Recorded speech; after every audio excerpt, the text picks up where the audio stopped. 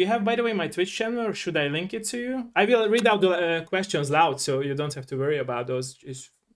No, I don't have your. I don't think I have your Twitch channel. Oh, okay. I will link it to you. Okay, let me do that real quick. Let me do that real quick. And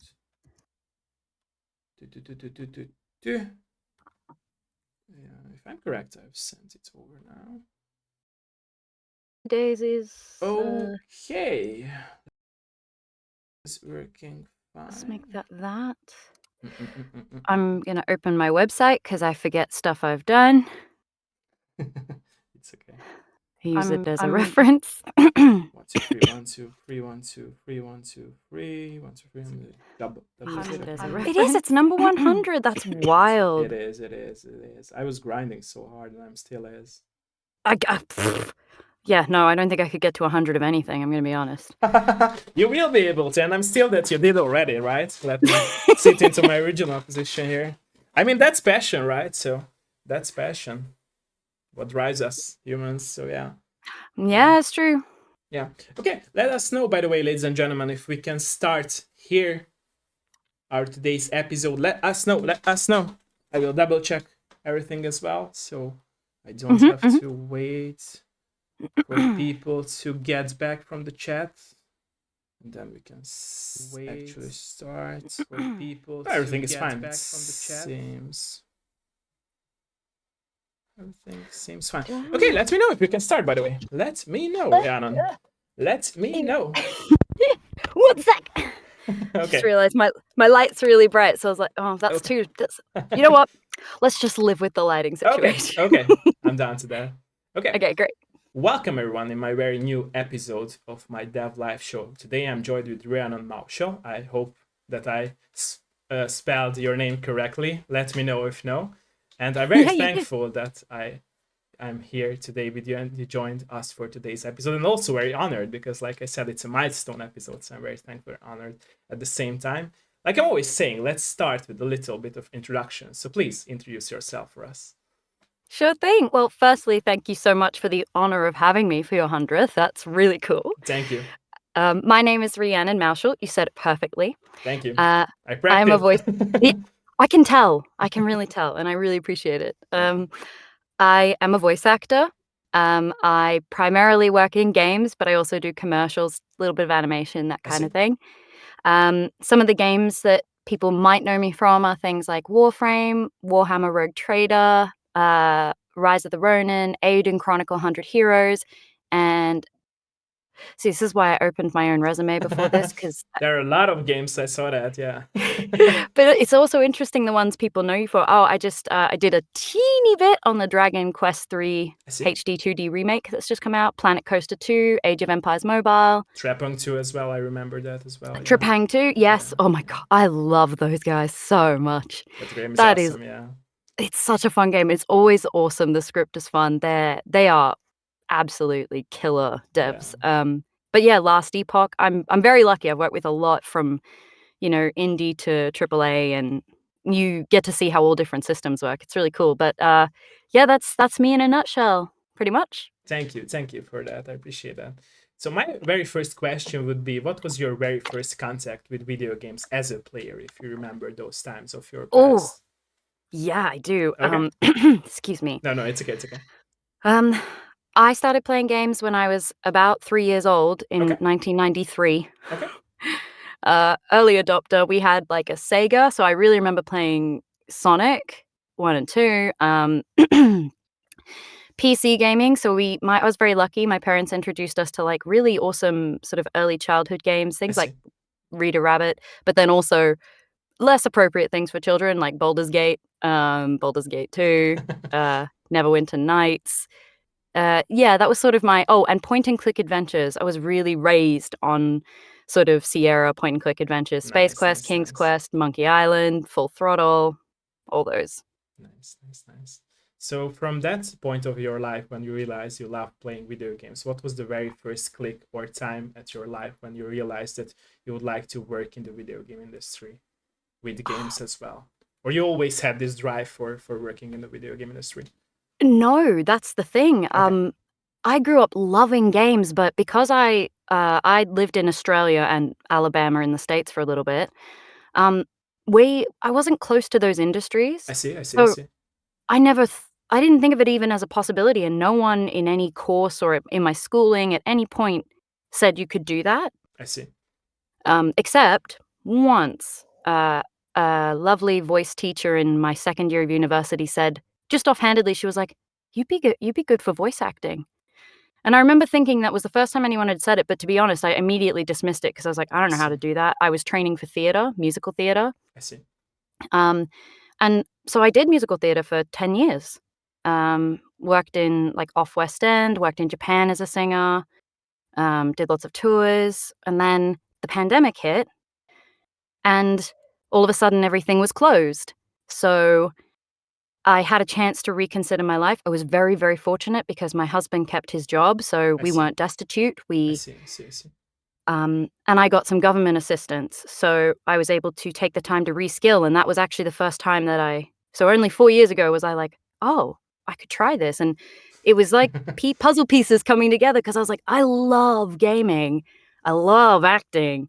I never thought that I could do it, and so until 2020, that was the first time I I realized see, I could do this. I see. Did the teacher, by the way, know that you made it into this industry? You know what? She doesn't. I sometimes think You of should thank that teacher, right? You should go I back. really Homework time for you. I always say that my dev life episodes are therapy sessions, not just for me, but for my guests as well. See, that's real. Do you know what? I should look You her up should, you and see, should. should let her Yeah. know that she saw something in me that I True, didn't know was true, there true, yet. true, true. I believe that like there should be a mentor for everyone who picks up a talent in us, right? So it's important in my Mm, opinion, especially these days because a lot of people are like missing their talents and their opportunities with the talent they have, right? So yeah, that's yeah, so true, yeah. yeah.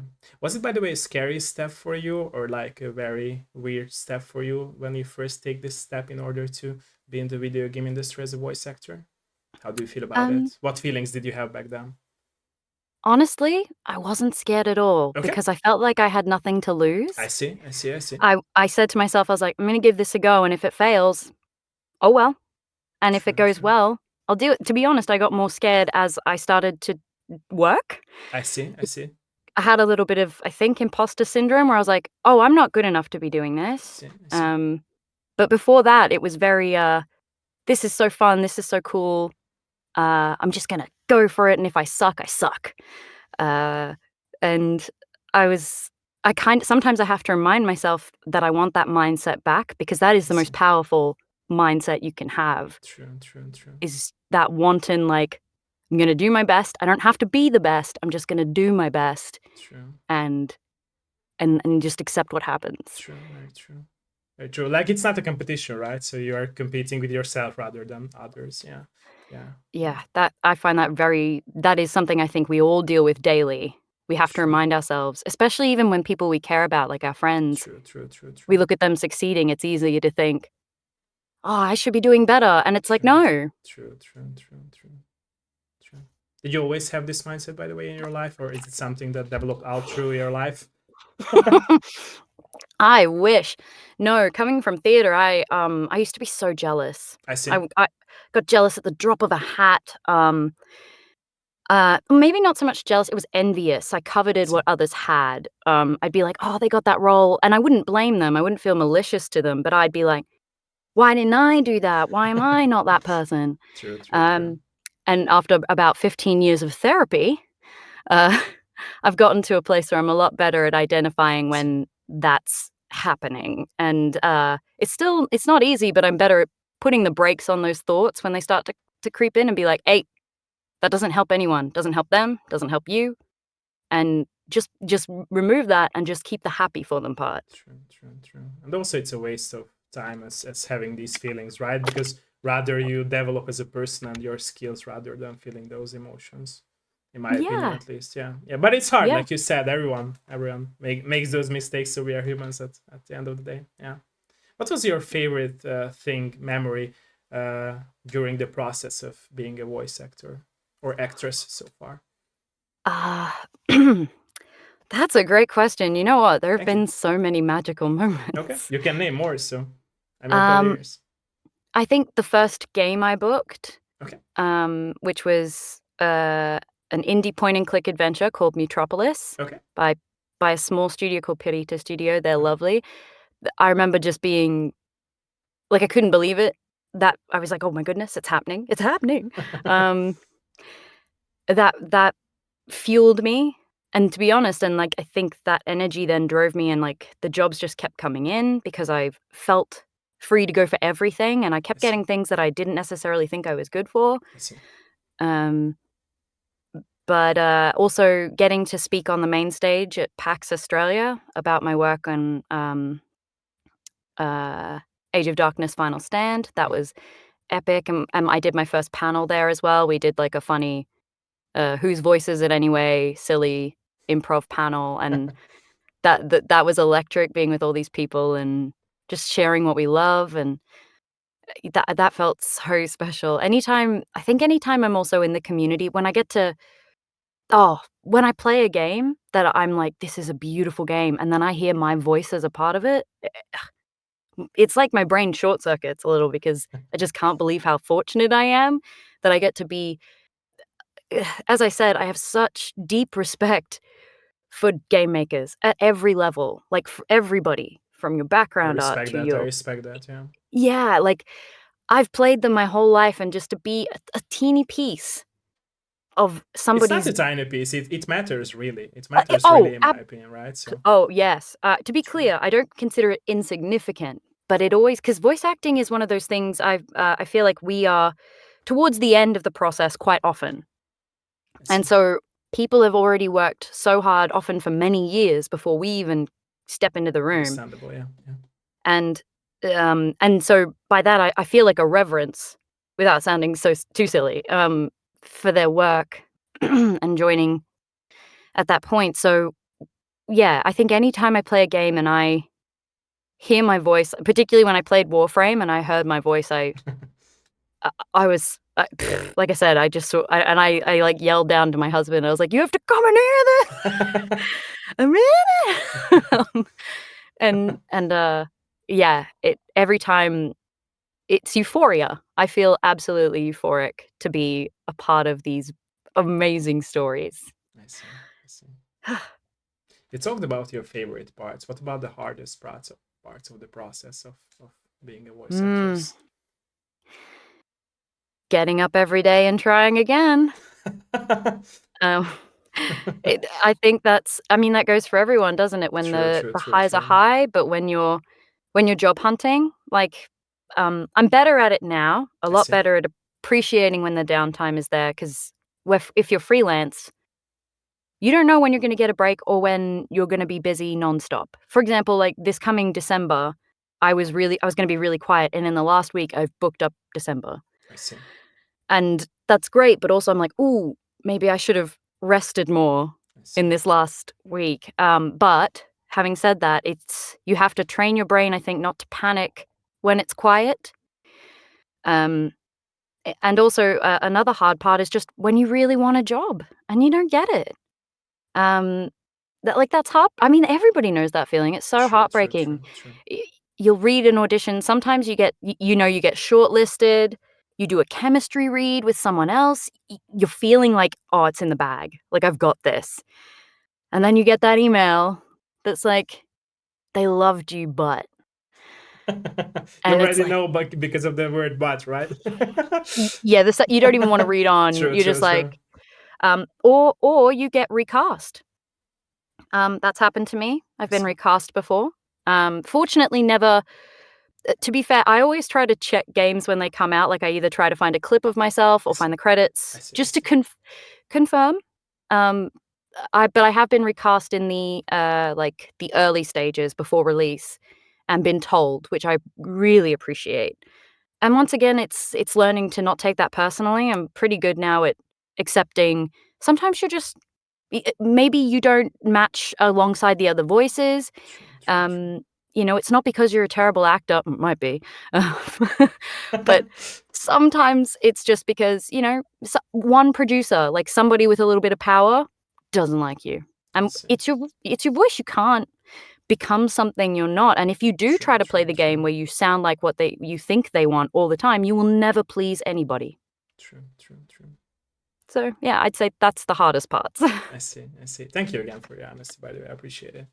Mm. So a more personal question from me would be, I believe that all of us creators who create our own craft, we always tend to put our inner self, our best memories about loss, love, everything that we experience so far in our past, to the craft we make. Is this statement of mine true for your work as an actor and also a voice actress? And what examples could you name to this statement?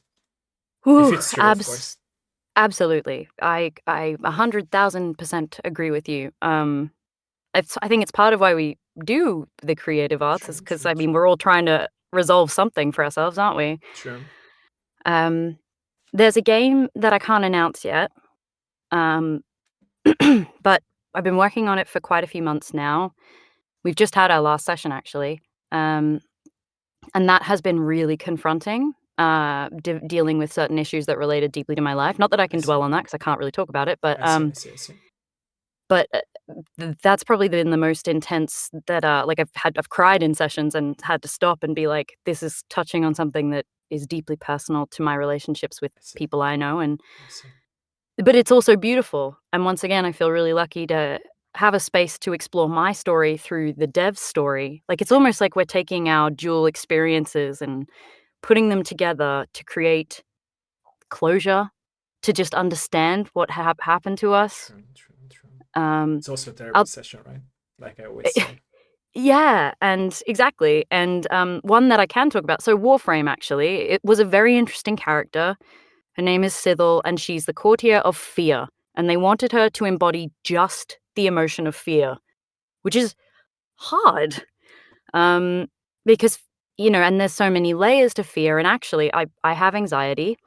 So that whole session, getting to a point where I was shaking the whole time because she was just in like she's paranoid, she's convinced everyone's out to get her, but she's also terrified people are gonna find her, but then she's also confused as to why people wanna hurt her, and like my heart rate the whole session, it was like a 4-hour session, was just like but I'm really proud of that performance because it does feel like it expresses how unnecessary and how messy that anxiety is, and I was actually really grateful to, like, take this, this mental illness or this disposition of mine that I hate and is so frustrating and use it, like, make it into something fun, and she is fun, she's hilarious, and also tragic, and I loved that, and yeah, and to be honest, I think, like, even more silly characters, more lighthearted characters, they all have, at the very least, a piece of, like, who my younger self dreamed I would be. I see. And I think that's important, and I agree. I agree that if you're not bringing your own stories to this, then what are you doing? True. Would you like to go back to the childhood person you were and chase that kid in you, or you feel like by being a voice actress in the video game industry, you found that little girl in yourself again? Oh, I know it's a very, very hard question and a very personal question. Sorry for that. No, please don't be but sorry. I'm interested because I feel like childhood is very important in everyone's life. So it really matters in my opinion. Oh, yeah, we're on the same wavelength here.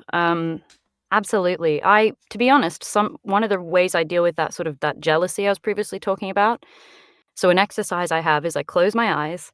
I imagine my sort of younger self. Sometimes she's sort of 8, 12, and I just tell her what we're doing. And she like cries with joy. She's so excited. Like she's like, "We can't. Are you serious? We're in video. Our voice. Like, people hear us. We get to pretend to be monsters and demons and witches. And are you serious?" Like she loses it, because she was weird. She ate grass and bit other kids. She was a weird kid. She needed help. And like you know what I mean? So yeah, I revisit her constantly because this isn't what we wanted. This sounds weird. I had really big dreams about being a music theater professional, and that was really hard for me to crack the little that I managed. And it always felt like a struggle, and it hurt. It gave me I mean, trigger warning, eating disorder issues and body issues, and because that field is very physically Yeah, based. yeah, yeah. Um, and I really made myself sick I see. trying to fit that world, and now I'm in a world where it doesn't matter what I look like. I think that would blow her little mind, I and, see. I see. um, yeah, I think it's really I wouldn't change anything about her, and I wouldn't change anything about my journey because I don't think I would have the emotional maturity, the empathy that I need to do my job if I hadn't experienced what I've experienced. I see. I see. Yeah, it's very interesting that we have to go through sad parts of our own life, right? In order Mm, to gain some happiness. It's very interesting, yeah. And we have I to mean, yeah. sometimes kill that little kid in ourselves, right? In order to like be able to get back to that little kid, actually. Yeah, yeah. We have to break their hearts a little. Yeah, True, because true, true, she just couldn't comprehend why we couldn't fit the mold, you true, know? true, true, She worked true. so hard, and to have to tell her, that's not the space for us, there's a nicer place for us." True. But I can still tell from what you have said just before that it's still important for you to be a professional actor, right? So it still Mm. matters for you, in my opinion. That kid still wants to be that in that position, right? So are you like planning to go back and pursue your that type of dream, or do you have plans for it since you are hardworking in the video game industry as well? Because I can To be tell at least from my opinion, from what you have said just now during our interview, that it's like even if you appreciate being in the video game industry, you still miss that part of your life, right? And you would like to maximize the profession there, and also like I feel like if you would have to happen to choose between two, right? You would go back to that one, right? In my opinion, at least, or no? Oh, absolutely not. No, no, No, no. no, I would choose this every day. really? Yep, I'm not because sure. I'm not sure if you're honest about it. I promise you, because this is Really? something oh, this has been for the last 4 years, But you I have miss been it, right? So it's important for you. uh, I don't miss it that much. Okay, This to make it really clear, like, it also has to do with the industry. This industry, I'm okay. treated with, like, more respect. I see. I get to play interesting, complex characters all the time. In musical theater, you're often cast based on for a start, there's less work, I see. far less work. I see. I see. I Um, see. I see. and quite frankly, I wasn't hitting the bar even when I was working as hard as I I could. see. I see. Um, I wasn't gonna get the roles that were meaty and that I really wanted to play I see. because there were people who were better. I see. And there were times, and I was told by several agents and casting directors that I either had to gain 10 kilos or lose 10 kilos because at my current weight, I was uncastable. I see. Um, and things like that, like,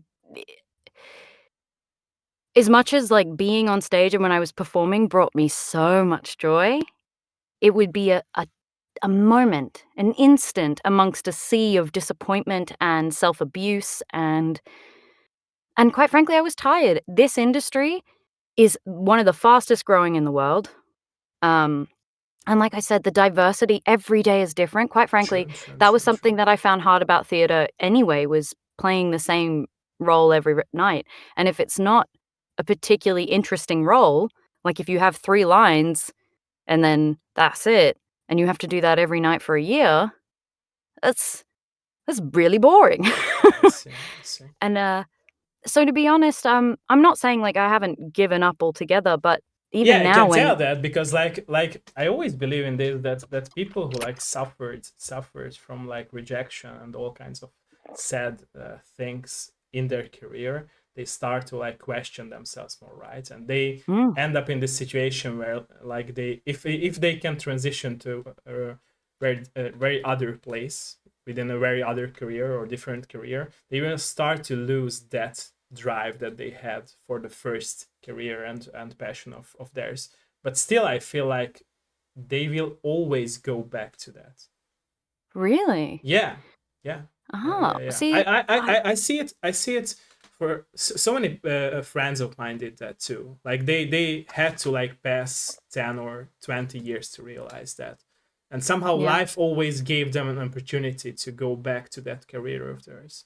And I believe for you to do that as well. So that's why I was saying that you're probably honest about it right now, but you still have that, inner thinking or soul thinking that you miss that and you would like to go back to that. And if there would be a chance where you are not being heard anymore in that field, you would probably appreciate it again, in my opinion at least. But who knows? We'll see. If that happens, let me know, okay? Let me know that I was right. I promise. always love to have things when I'm right about it. So I hope that it's still that case. Yeah. Yeah, I promise I will. I'll let you know. Yeah. I think you could totally be right. For what it's worth, I do still, like, for example, I'm doing a cabaret in London on Monday night. Like, I still go and sing on stage and do one-off gigs. See, I'm telling you. So I absolutely do. But even then, I'm still like, I'm more excited about my game work. Understandable. Okay. How do you maintain your voice always to be stable, by the way? How do you maintain your healthy voice to be stable for the auditions, your work? Well, as you can see, chug a lot of water. A lot. Okay. Hydration and sleep are two things you just can't. No supplement, no cups of tea, no manuka honey, nothing. None of all the remedies that people rely on will ever be a substitute for water and sleep.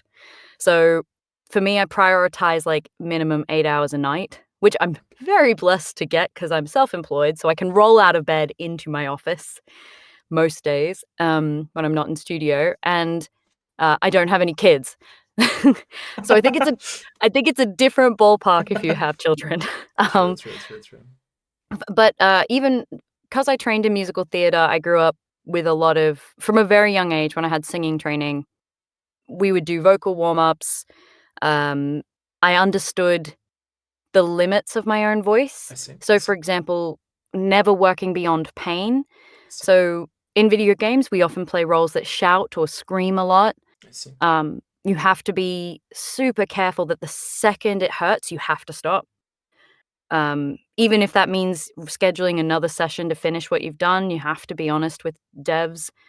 Most bigger like studios and things, they know this, and what they will do is they will sort of in your session put anything that's strenuous at the end of a session. I see. So you'll do like all of your more basic combat barks to open, but then at the end you'll do your death screams, your really dramatic moments so that you don't hurt the voice and then work on it. And what else would I say is really important for the I honestly think the biggest thing is also just being aware of your limits. So I'm quite lucky because of my singing training, which I would highly recommend anyone who wants to voice act. Even if you're not a singer, you don't have to be a good singer, but singing training teaches you how to use your breath effectively, so you're not putting too much stress on the vocal folds. I see. And then you can scream like in a way that's kind of like singing, which is way more sustainable. You can learn how to. So one of my selling points, and I have done quite a few games where I can scream for about 2 hours straight before there's any pain. Okay. Yeah, which is cool, but I would say that's from doing classical music training when I was a child. I see. So singing training will do wonders that you wouldn't expect. I see.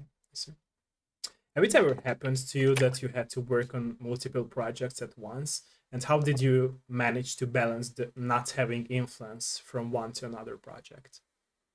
Ooh, so do you mean like not bringing the characters in, Yeah, exactly. not letting them? Yeah, exactly. That's an interesting question. I think I'm pretty good personally at compartmentalizing. Okay. Because I have had days where you sort of do like a few hours in the morning, then you will have like a short break, and then you'll jump onto another call, and you'll be doing a completely different game. I see. I guess it's in that moment you have to put the previous session behind you, not just in a character way, but in a mental way, whether it went well, whether it went poorly. You have to like close it. Be like, okay, that's it for now. Next thing. All right, what are we doing? Look at the script.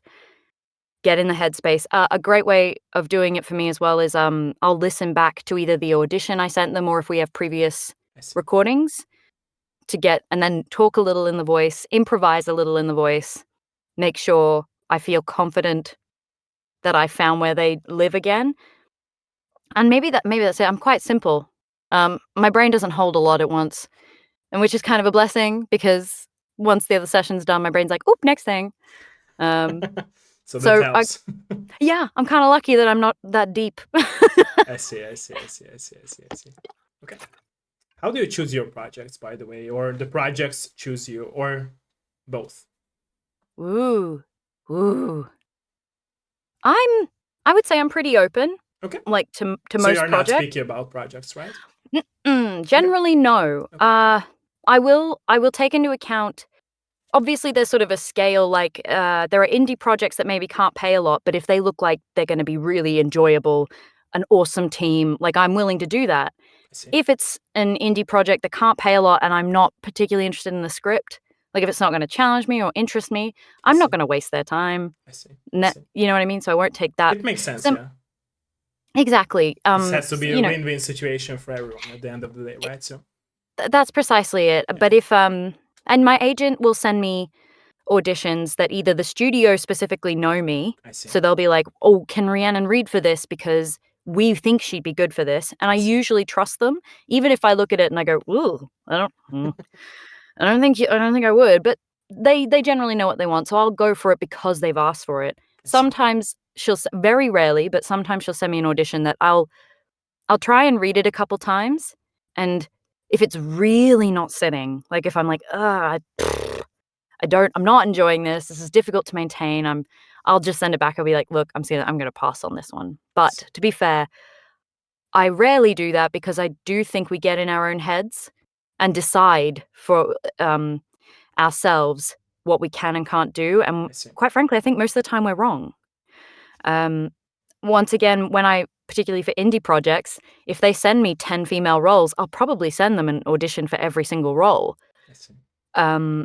And I almost always book the one that I almost didn't send. The one where I was like, "Ugh, no, I suck at that. That was awful. I hate that." And that's the one I get. And I'm like, I cannot trust my own brain. I see. So, yeah, not fussy. I see.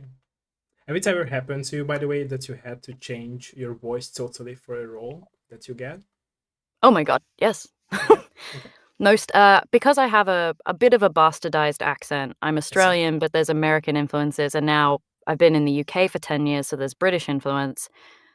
I rarely, maybe once or twice ever have used my natural accent in games. I see. It's generally a general American accent or a British dialect of some description.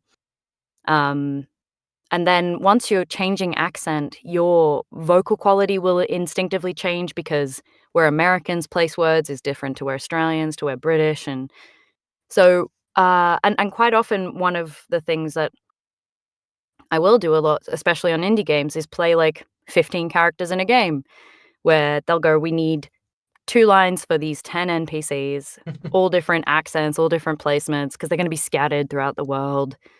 Um, and yeah, so then the goal is like, "Woah, can I find 15 different places in my voice?" And sometimes it works and sometimes it's a bit dodgy. I see. But, we all do our best. True. So again, a more personal question from me would be, do you think like your family, friends, and parents were supportive about the decision that you started chasing your dreams and you went for those careers that you had passion for? How do you feel about that? Even if being an actor, even if when you transitioned into voice actress, into the video game industry field? Yeah, honestly, I'm very lucky that from a young age, both my parents have science degrees, and when I was younger, because I really loved anatomy, I was considering medical science as well as acting. I see. And I remember in my teen years sort of like, "Oh, what should I do?" And my mom even said, she was like, "Just go be an actor." Like, she's like, "Pursue why not? You're gonna die someday, like, just do it, like, try." Sorry. Yeah. It's all good, I'm the same. So, very fortunately, they were always and really proud of me, always really proud of me.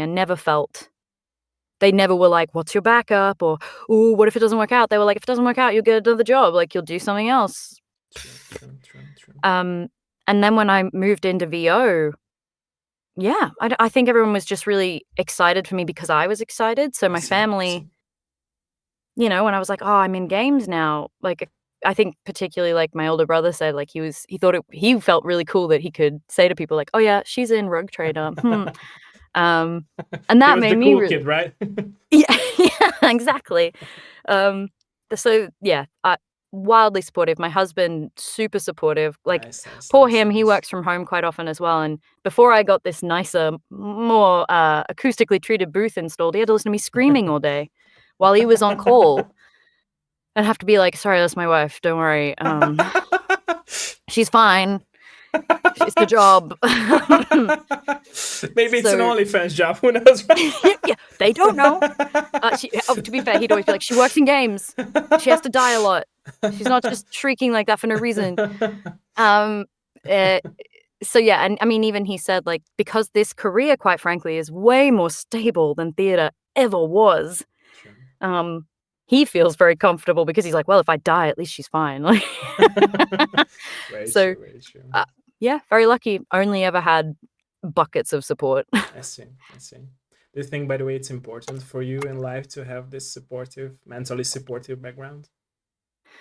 Oh my yeah, I must Okay, make things a billion times easier, okay, but like I said, I'm not gonna pretend that I know what it's like I see. for people who have to battle against the expectations of especially their parents at a young age. True, true, true. Like, that must be heartbreaking and just trying to prove yourself forever, so yeah, I think it must make a huge difference. I see, I see. Which character, by the way, was your favorite? I know it's always hard to answer. It's always easier to be in this role to ask this question, right? I'm not a picky man, so but it's always fun to Oh. ask this question, right? Oh. I know. Sorry, sorry, sorry. Okay, I literally am scrolling through my resume again because 'cause I'm like, You "Oh." can name top three if you want, or top four. Okay, okay, I appreciate that. Let me think. 'Cause it And shifts. why, of course, and why, of course. Of course, of course. Alright, well, Sythil in Warframe, Okay, as I spoke about her earlier, she's really important to me. That sort of relationship with my own anxiety, I see, um, is was a huge thing, and I'm just also when I heard her back, I was just so incredibly proud. I see. I felt so good about it. Another one, I guess, similarly is, Aura in Okay, Sands of Aura, which okay, is a lovely, lovely indie game, so beautiful, ugh. Um, she was just do you know what? And I guess this is a running theme, I felt a lot of, kinship with her okay. because she just wanted to see the best in the world. I see. Like, she just wanted like, she's just a light, like, she's literally like a spiritual light, um and depending on how you play the game, like, she goes separate ways and, like, can become something completely different. I see. And I relate to that because I do feel like I can keep my positivity and my light, for quite a long time, but, oh my gosh, I could become a villain in a heartbeat if people push me. Um, so I think Civil and Aura are really big for me, and then just for the sheer fun of it, in Warhammer Rogue Trader, just voicing the female heretic Rogue Trader because this is not a kinship thing, she's just so evil, um, to get to play someone that just vicious and they're just like bark lines, there's no storylines, they're just barks, but that session was so fun and felt mm, it just feels so good to be evil sometimes. I see. I see. I see. What would be your dream role as a voice actress? That's a great question. I've always said, and I sort of stick by this, even in theater, because people be like, what's the role you want to play?" And I'm like, "I want to originate something." I see. It's not I wanna play someone and I don't mind, like, what the game is. I just want the character to in a way, I've already got to play quite a few dream roles. Um, I just want a character that is honest, flawed, gets to but isn't tragic. Like, I don't want them to be melodramatically I see. tragic. I I see. want them to find joy. It's very amorphous. It's not a clear, like, I wanna play the protagonist. I wanna play the hero. It's just I want someone who, when I read their lines, I can feel it. Like it hits my core, and that comes so often just from good writing. When a writer has really, you can tell, you're like, oh, they're in this, and now they're literally getting into me, and I'm spewing it back at them. IP wise, there are like IPs I would love to work on, because who wouldn't? Like, I love aliens. Anything alien related would be amazing to work on. Hopefully they are listening, right? Who knows? Who knows? We're getting another isolation, so finally. So we'll see what happens. True. I'm just gonna go stalk all the producers out there and be like, "Hey, what are you working on? Have you considered an Australian accent for your game?" Who knows? Who knows? To be honest, that's how I've gotten a lot of my jobs. Is I've kind of just harassed people and been nice. I love that. I can relate to that, by the way, because it really shows that you have passion for it, right? So you won the job, and I think that companies appreciate it, by the way. Not just that you have the talent, but also like you start to like a bit bullying them, right? So you won the job. It works. I can tell you that it works. It works for me too. Good. So yeah. Oh well, there you go. So you you are here, so that's true, right? You did. You poked me, and I was like, yeah, okay. True. Very true. Okay, again, a more personal question from me would be, if you don't mind, how have you changed as a person in other territories of your real life from being an actor and a voice actress? If you changed, but who doesn't change? Okay, everybody changes. Okay. It has made me. When I started out, when I was 18, I'm 34 now. When I was 18 and I was stepping into theater, there was a part of me that was just so defensive and vicious and cutthroat because I thought I had to be. I see. One of my dearest friends, how we met is a joke, because I was on my way to an amateur production of Les Mis rehearsal. And she sat next to me on the bus and saw I had the materials. She's like, "Oh, you're doing the show?" And I went, "Yeah, I'm not here to make friends." I said that to her. Wow. I know. At least you were honest, right? I was 18. I was so 18. I was so angsty. And it's funny because now we're really dear friends all these years later. Like 15 years, 16, 17. Oh my God, years later.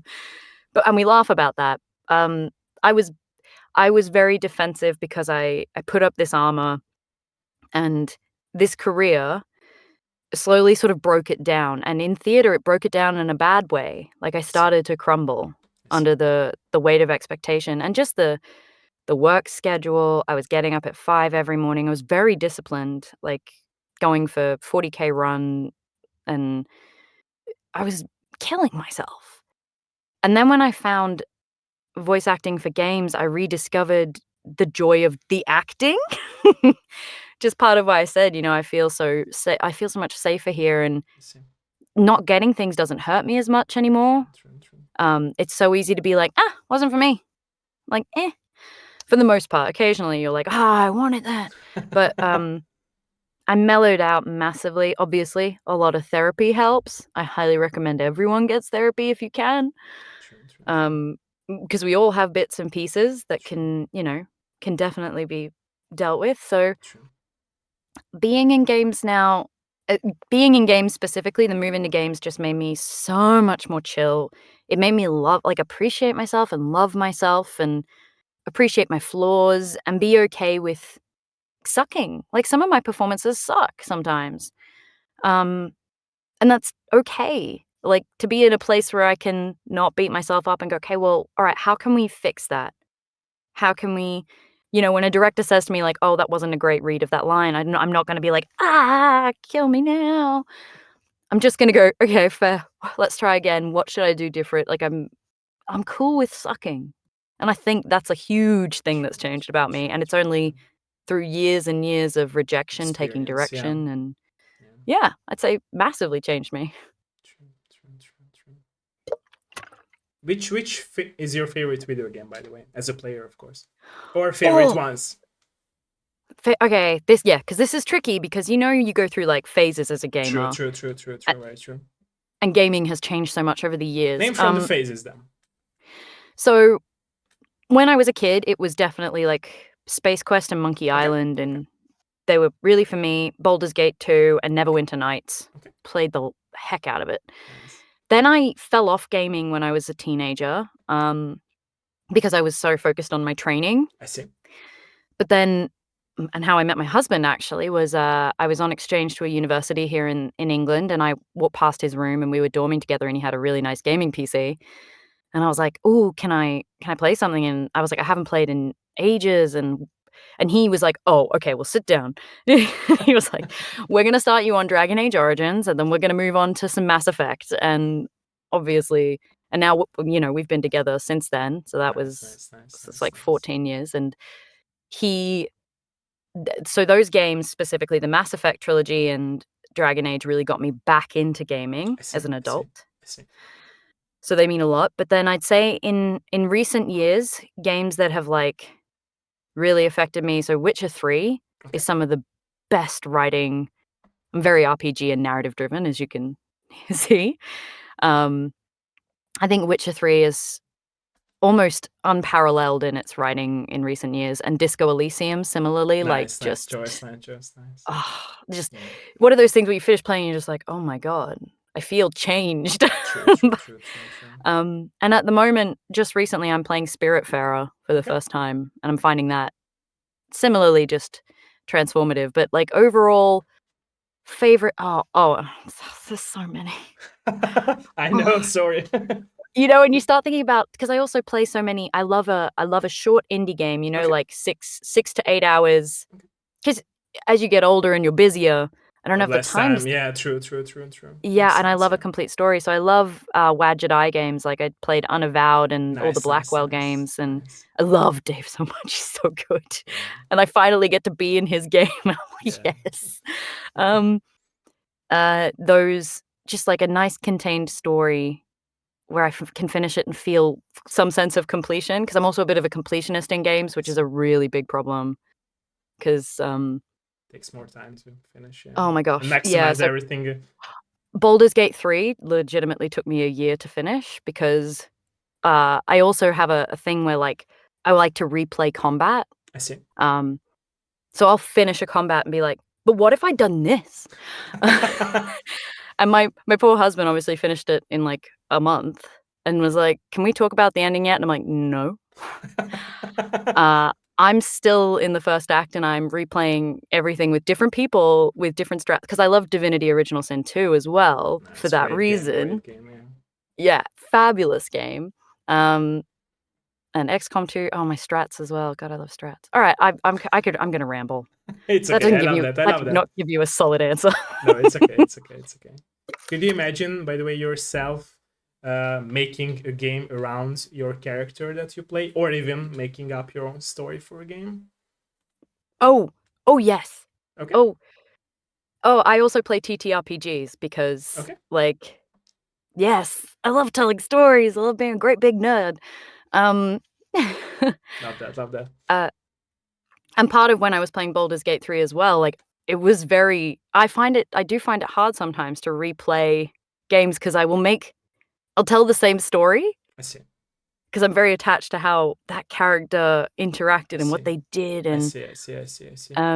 So, or if I do replay, like, the number of times I've replayed Mass Effect, and I just keep making the same choices. Like, every time I'm like, I'm gonna be Renegade this time. No, you're not. You're gonna be a stupid Paragon. You're gonna be such a goody two-shoes. You're gonna get with Garrus. Nothing's gonna change. Okay. How do you balance your free time and work time?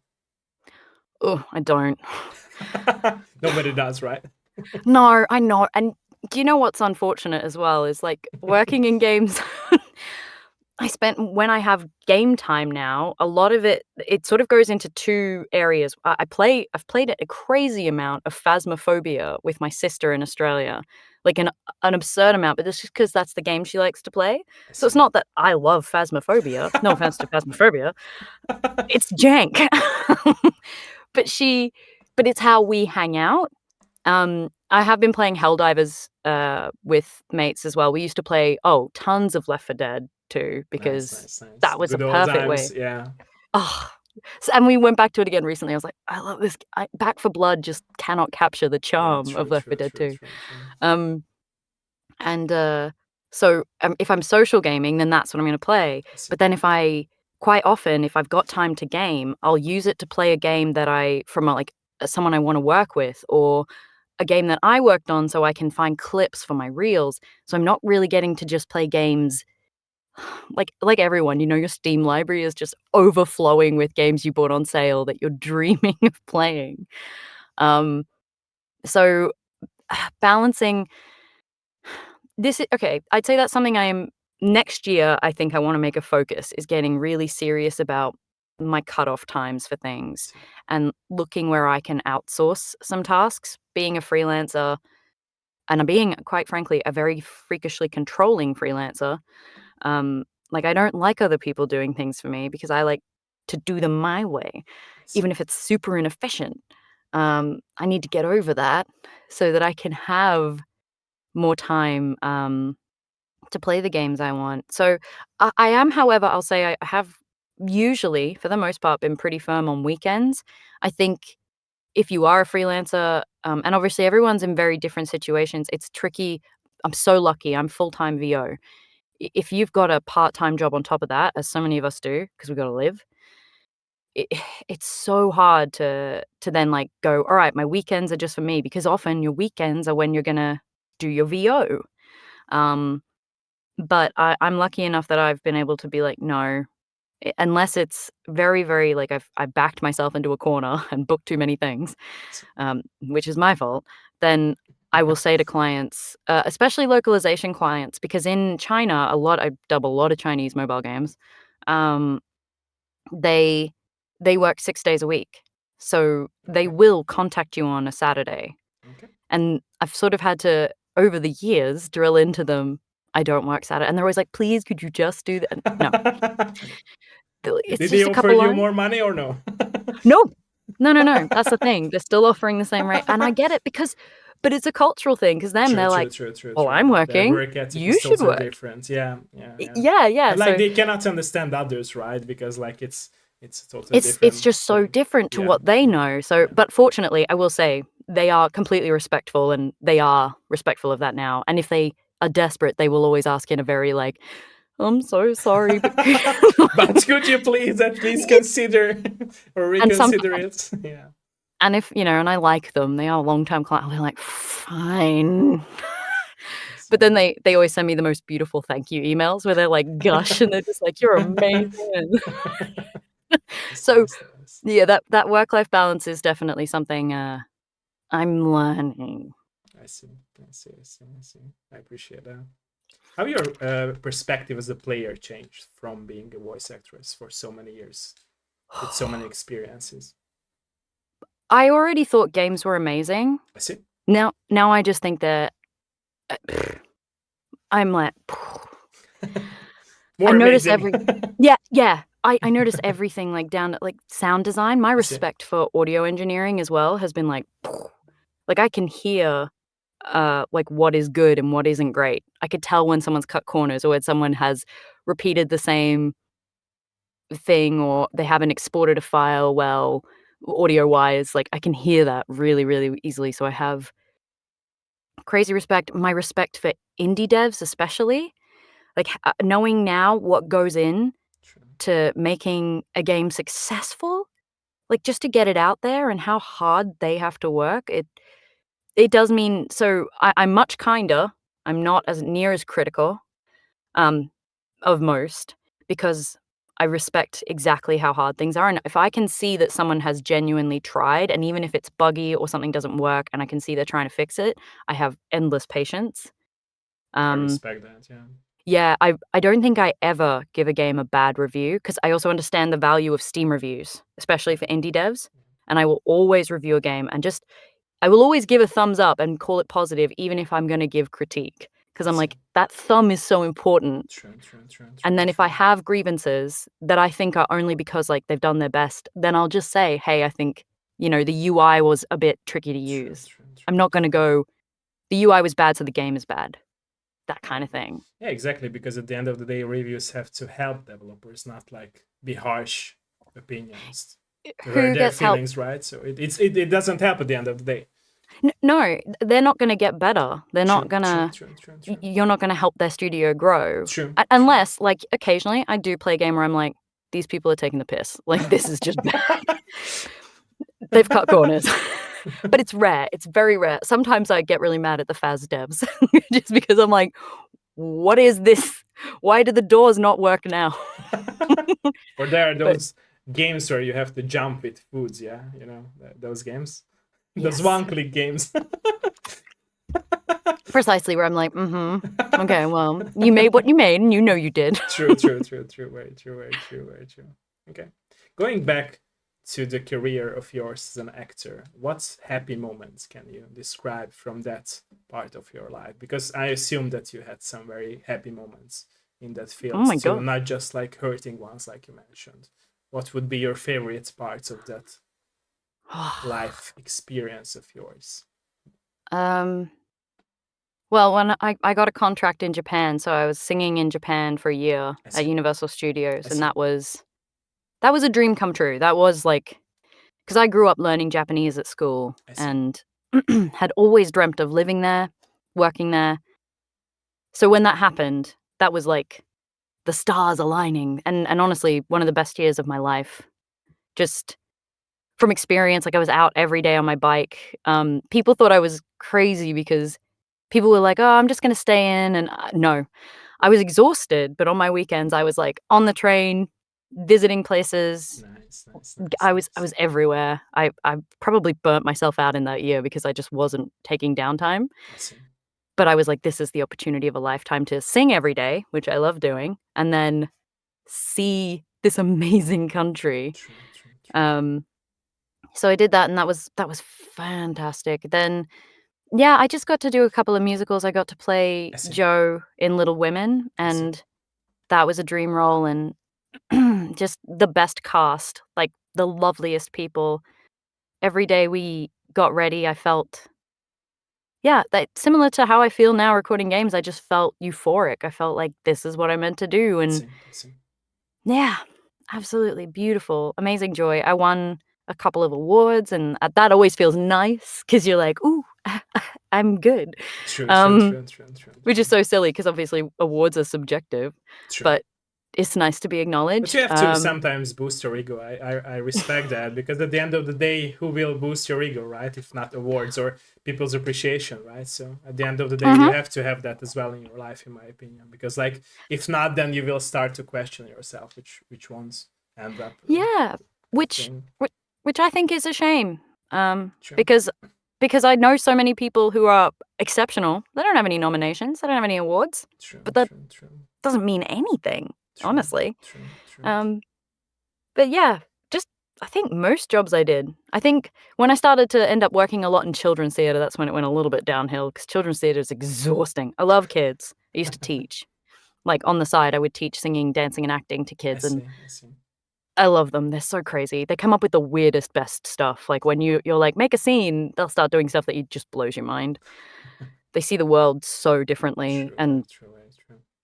we should listen to kids more because the True, stuff they I come up agree with with you is on that. I agree, and I respect that vision. Yeah, because like kids do not see the very bad parts of our society and our world, right? So they are in this safe bubble, like you mentioned at the beginning of our interview, where they do not have to care about these things, and they are on this journey of like experiencing life. And I feel like as we grow up and we became adults, we get to this box of like with all the tools that we learned so far through our life, and we are not being able to go out from that box even if we are trying our best, right? And it's very yep. interesting because I feel like when we are kids we are still in the same box, but it's like a defensive shield and bubble around us, which helps like to grow that box. But at the end of the day, when we are growing up, it's like shrinking that bubble and that box as well, in my Oh, opinion. that's a beautiful way of putting it. Yeah, Thank you, thank you, exactly. thank you, thank you. Yeah, yeah. I hope that more people will realize it, and it will help like people grow because it really matters at the end of the day. Yeah, Yeah, I think so. yeah. You also mentioned writing. Do you write books or? Oh, no, Or you I've want done a to? little I've done a little bit of writing, mostly for a friend. So, actually, how I got into voice acting at all Okay. was, a friend of mine in 2019 or earlier, but I started working with him in 2019. He's a writer, and he wanted to challenge himself to write regularly. I see. So he made an audio comedy series, Oh, okay. so podcast called The Penny Peep Show, where he did these serial comedies. And I wrote a couple of series for that, like 7 episode Oh, okay. or 6 episode arcs that I really loved. Very silly. Anything I write is very stupid. Because I love that. I love really stupid stuff. That's where my heart lives. And to be honest, that was the first time, and it was just he set up a mic in his toilet and, like, put up stuff around the walls of the toilet, and we would record in that toilet. Humble beginnings. So I did a little bit of writing for that, and occasionally I wrote a one-woman show, I see. when I was, like, 24 that I performed in Brisbane before I moved to the UK.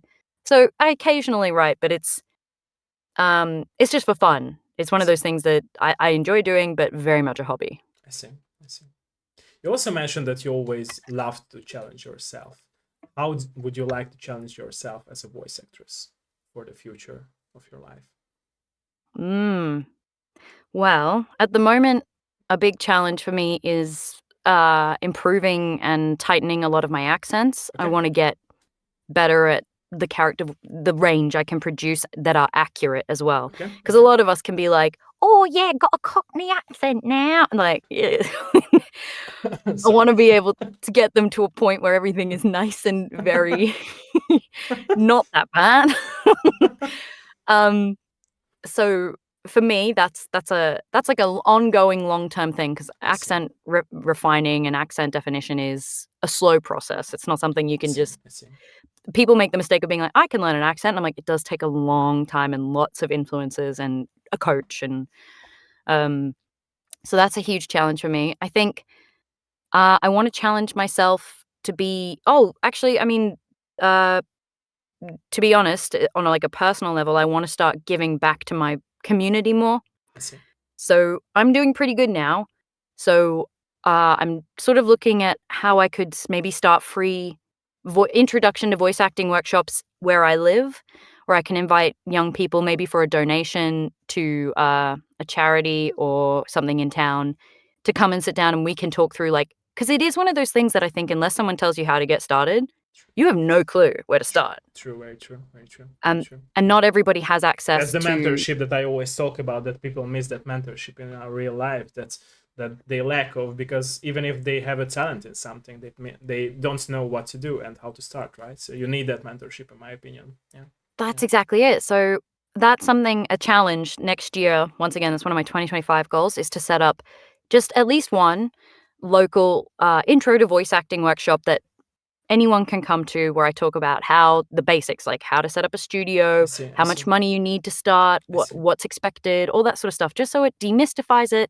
And if they want to pursue it, and then maybe also look at holding some free like mock auditions, mock I see. character sessions where I I see.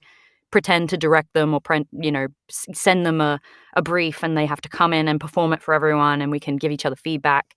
So yeah, I think those are the sort of challenges I'm looking at, just refining my craft and then sharing it to give back. Because also, one of the greatest things about the voice acting community as well that really sold it to me, so many people gave me their time and care for free early on. I jumped on Twitter and I was like, "I think I wanna do this," and I was overwhelmed with support.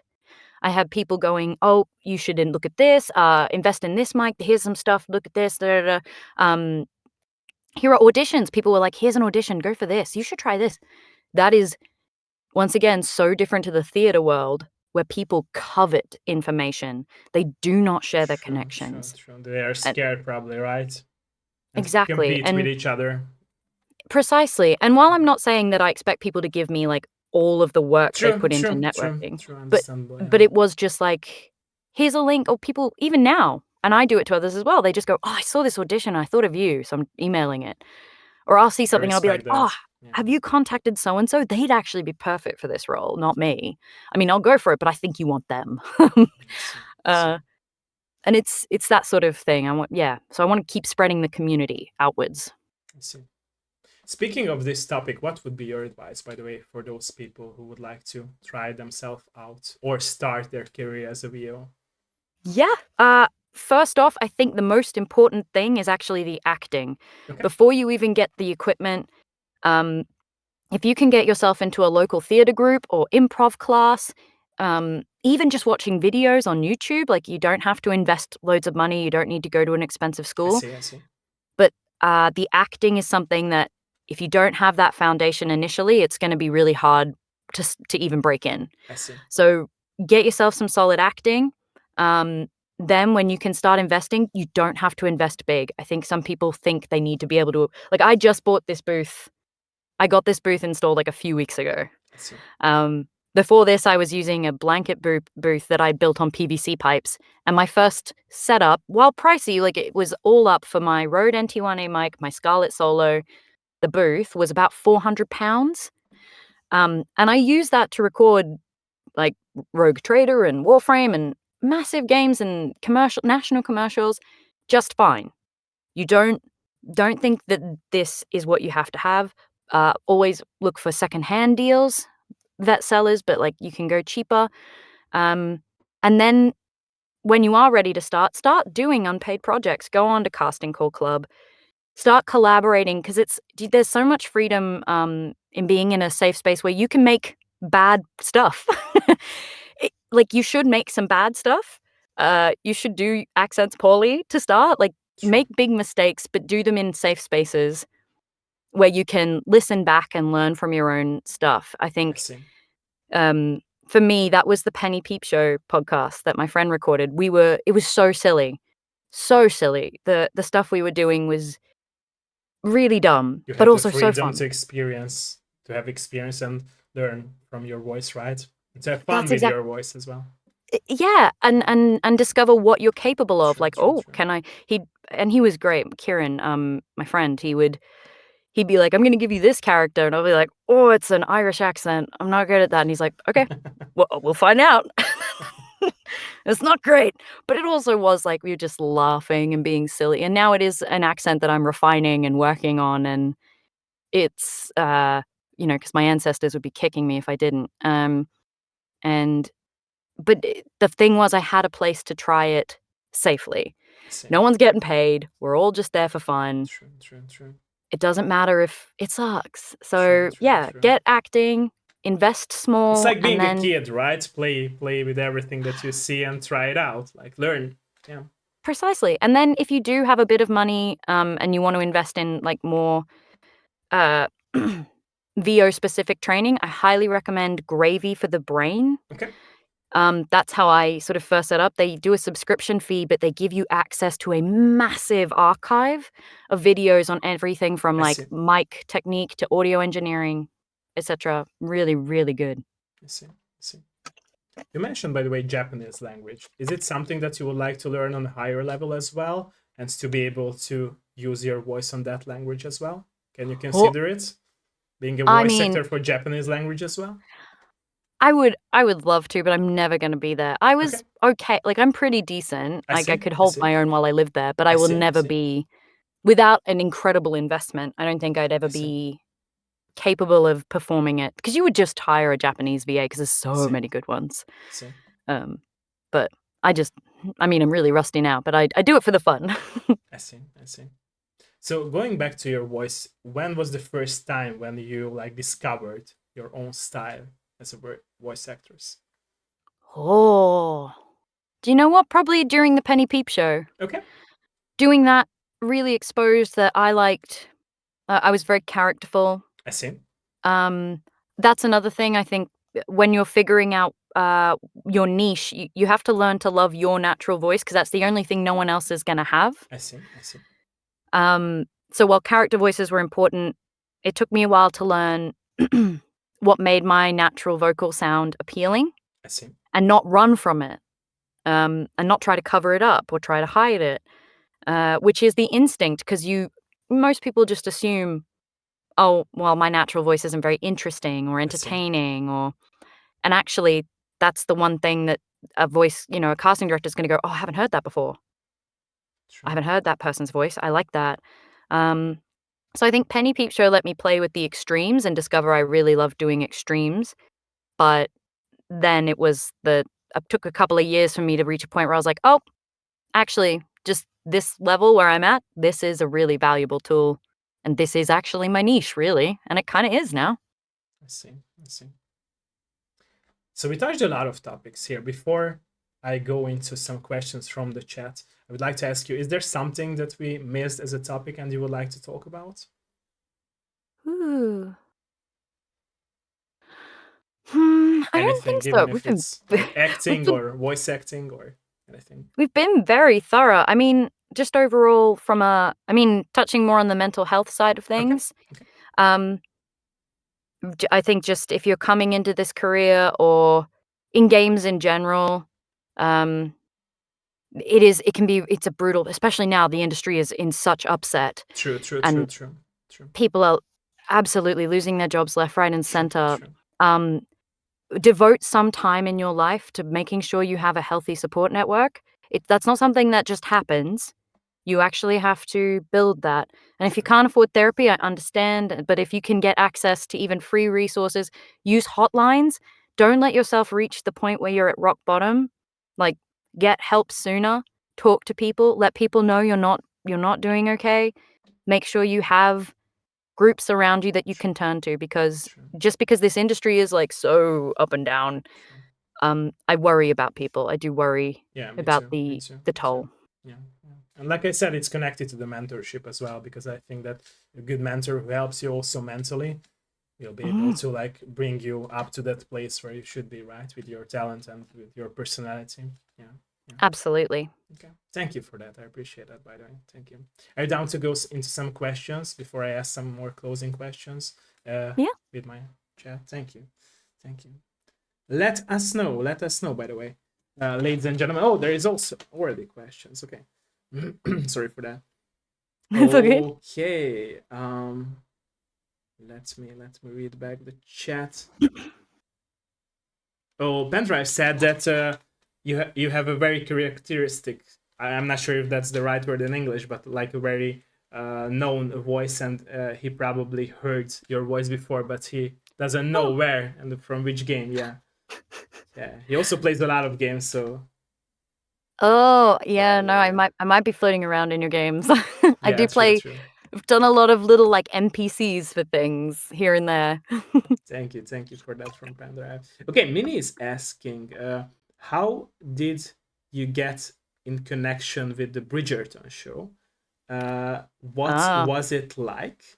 And was it something that you always wanted to have as a role in your career, to be part of it? Like, did you been aware of, or have you been aware of the show and the books? And she loves Um, that you are so much powerful in oh, your personal life. oh, thank you. Bridgerton was an accident. Okay, It was wild. So I'd just come back from Japan, and honestly, things were not going very well for me. okay, I just lost out on a really big job. I was feeling very lost and very unemployed. Um, and then I got sent an audition through an extras company that were like, "We're looking for people who can dance." I And I was see, like, "Yeah, I have dance training." So I went along. It was a massive, what's called a cattle call, I which see. is when they bring in hundreds of you. It's a Wow, long, not nice process. We went in and we were taught a little bit of a ballet. I see. Um, Most of the people there had never danced, so of those hundreds, it was really cruel, quite frankly, because a lot of people were like, "What the hell?" And I was like, for me, it was very easy. I was like, "This is a very easy dance," but because I've had 10 years of ballet. Um, I got down to the final. I think they whittled us down to about 15 people, and they were like, "Okay," and they were looking at our hair especially because they wanted to be able to do these massive, beautiful hairstyles. I That see, was I really see. important to them. And I had very long hair, so they were like, "That's great." Then, funnily enough, after that, they kept us as a core background group groups called supporting artists, I see. but they went and hired other dancers anyway, so I wasn't even dancing. But it was really fun, like, the costumes were stunning, the hair and makeup was stunning. They were very long days. We were often in at sort of 3 in the morning to get our hair done to start Okay, shooting from it's 6 early. AM, and then you're there till, like, 11 PM, and you're wearing Georgian corsets, which are very, very tight, so sometimes it would be very hard to breathe. So we had, some days where you were pretty cranky by the end. It was hard to enjoy the prettiness of things. But I was on really good terms. The crew were really lovely. So I was on pretty good terms, so I got a lot of feature work with them. I didn't have any lines. I see. But I was just there often pretending improvising conversations and drinking tea and playing cards at one point, and um it was really, really fun. And then I did some stand-in work as well for, oh my god, what's her name? Penelope, whatever. I did some stand-in work for her, and I got to record some of her scenes, and then she for reference, which was that for me was more fun because I got to, like, act and do lines. Um, but then actually when they came to shoot later seasons, I was busy voice acting, so I was like, "I don't wanna do it anymore, I'm doing video games." But it was really fun, thanks for asking. I see. I see. I see. I see. Thank you for the question and answer as well. Thank you. Thank you. Any questions? Any more questions before I will go into some closing questions? Any more questions? Sorry. Let us know. Let us know, ladies and gentlemen. Let us know. Bármilyen más kérdés? Any more questions? Any more questions? Feel free to ask any questions. Bármilyen más kérdés, hölgyek, urak? Let us know. Let us know. Let us know. Let us know. Let us know. Let us know. When players, by the way, can hear your voice in other games again, or it's a spoiler time and you cannot say anything about it. Is it next year? Is anything coming out this year? Mindlock: The Apartment just came out, which is a lovely German indie game, and I worked Okay. on that. Okay. I don't know that I've got anything else I'm allowed to announce Okay. It's okay. this It's year. totally fine. Okay. Yeah. So There next is year. there's some exciting stuff coming up. There is some Okay. exciting, but I'm not gonna risk anything. No, no, it's understandable. It's understandable. Yeah. Don't do that. Don't do that. I Okay. don't wanna get in trouble. True, true, true, true. Okay, we talked and touched a lot of topics here. Is there anything that you would like to add before I ask a closing question? No, just thank you so much for having me. It's really, really nice. I really appreciate that. Thank you. Thank you. So my closing question would be again a more personal question. Mm. Do you think like or do you feel like you found yourself in life by having all these experiences as an actor and also getting into the voice acting field? Or you still want to, like we discussed it, right? And I had this feeling uh, about you that you want to go back to acting as well. How do you feel about it? Are you at the right place at the right time now that you started this career of yours, or you still want to do some, let's say, dirty work and go back and try out yourself again in the acting field? Well, honestly, this is the happiest I've been in my life, Okay, which for me is really huge given I my see. mental health history. I see. So yeah, like I said, it's been a messy, messy journey. And there were times where I really wasn't sure I was gonna make it. I see. Um, I couldn't see a future for myself. Like, I couldn't see reason to keep going. It was just so tiring. And I then see. when I found voice acting for games, I just felt like everything clicked. I was in I the see. right place. I found my people. I see. I feel a lot of joy. I mean, I still have bad days, but I don't hate myself anymore. I see. I see. And that's invaluable. I I see. I actually really like who I am now, and I don't think I could have got to where I am without all of those experiences, good I and see. bad. I see.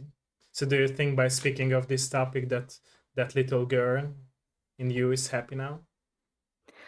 Oh, yeah, she's thrilled. I think she still can't believe it. Okay. Okay. I appreciate that. I appreciate it. Thank you again. It was really a pleasure and an honor for me to have you in my show and to Oh, talk with you with honesty. Thank you. Thank you so much. thank you. I appreciate it. Thank you. Thank you. And thank you for the question as well from Minnie and all the comments, positive comments on my chat as well, and for the answer to the question as well. Thank you so much. Like I said, I will need some more of your minutes of stream, but for those who are watching us live or will be watching back the VOD version or the edited version later on YouTube, thanks for joining us for today's episode of my Dev Live show. And yeah, thanks everyone. Bye bye and have a nice